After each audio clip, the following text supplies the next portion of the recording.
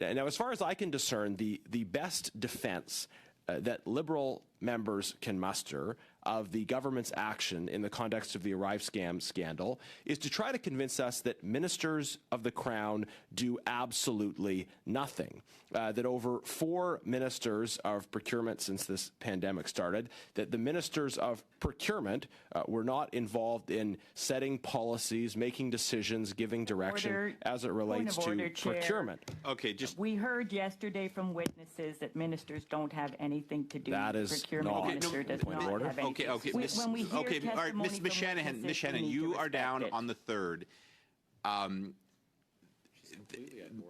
That's Ms. Shanahan, you are down to speak.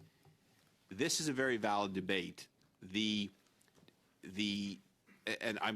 allowed me to speak to it now.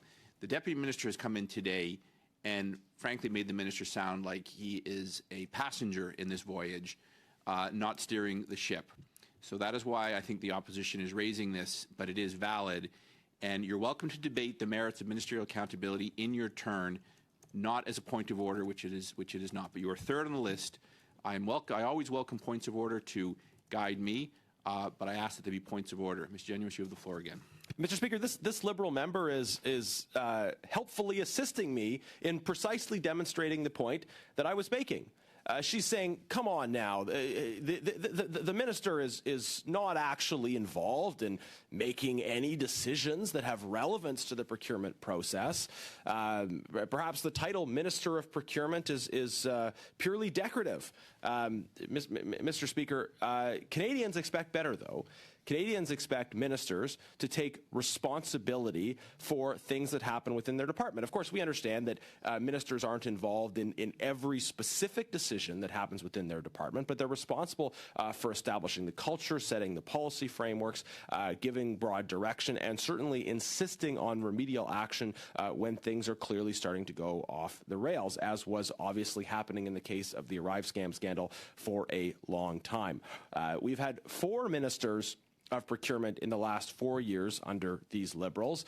I wonder if they should just formalize the process by designating a potted plant to be the 5th minister. A potted plant could receive briefings still, could be present in the department still, but would ostensibly have as much to do with actual procurement as the last 4 ministers have had. Again, I think it's... I would go to language. I would go to language in describing other members of Parliament. Ms. Shanahan. And it's called delegated authority. Ms. Shanahan, you'll be welcome to set the record. On that point of order, Chair. Just hold on, Mr. Genuis.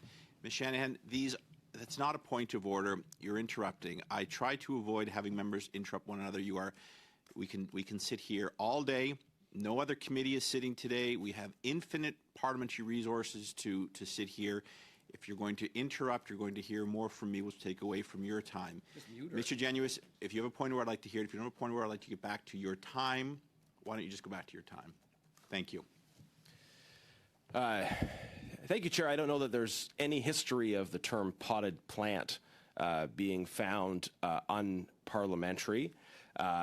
So I will underline the point that in our system of government, the public expects ministers to take responsibility, not to be specifically involved in the minutia of every small decision, but to be responsible for the policy, direction, the culture, the frameworks, the rules, and the adherence to the norms that the public expects.